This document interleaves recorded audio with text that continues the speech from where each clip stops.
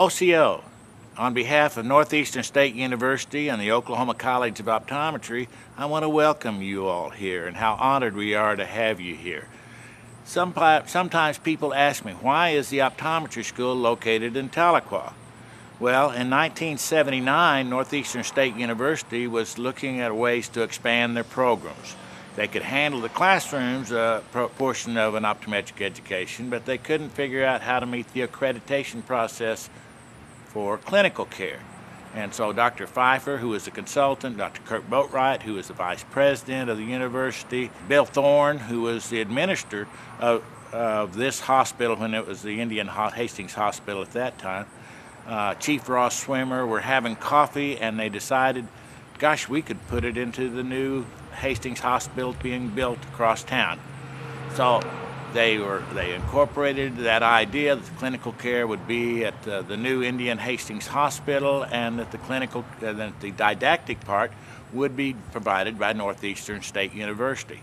Well, when the funding process went through Congress did not want to spend money for a professional school in an Indian Health Hospital. But Chief Swimmer, Senator Bellman kept making the point that there was a significant number of uninsured, underserved people who needed eye care.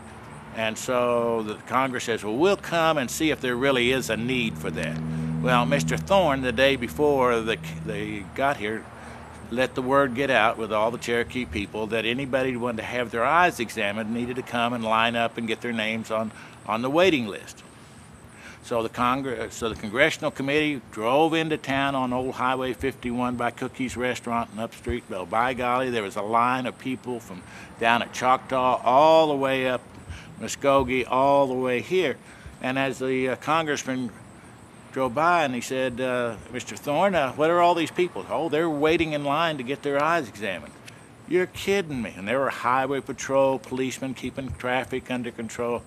And they said, you got to be kidding me. This is an awful lot of people wanting to get their eyes examined. Mr. Thorne said, you should have been here yesterday. So anyway, the Congressional Committee went back. They appropriated the money, 8,000 square feet, for the eye clinic for the underserved, uninsured population of Cherokee Nation. And since that time in 1982, when the hospital opened, there's been over 1.5 million eyes have been examined.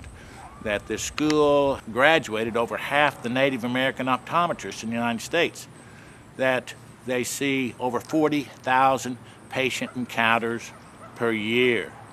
And what the benefit to the university and to the students is they have the most varied, widest clinical experience that they can get anywhere. So this is the premier optometry school in the world for clinical training.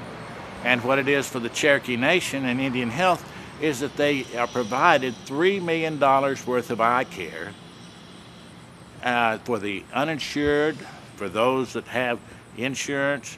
The Northeastern College of Optometry does the billing for the Cherokee Nation. The money goes to the Cherokee Nation, and right now we're online to collect for the Cherokee Nation $1.5 million that will be provided to the Cherokee Nation. Now, and the university, we provide faculty at Salisaw, Salina, Stillwell, Jay, Muskogee, Hastings, 1 day a month doing diabetic eye examinations in Nowata, and provide the clinical technicians. We have an ophthalmologist who does cataract surgeries. The clinics here take care of infants, takes care of children, takes care of contact lenses, takes care of visual training, takes care of glaucoma, takes care of diabetics, takes care of red eyes, and covers the emergency room 7 days a week, 24 hours a day at the Hastings Hospital.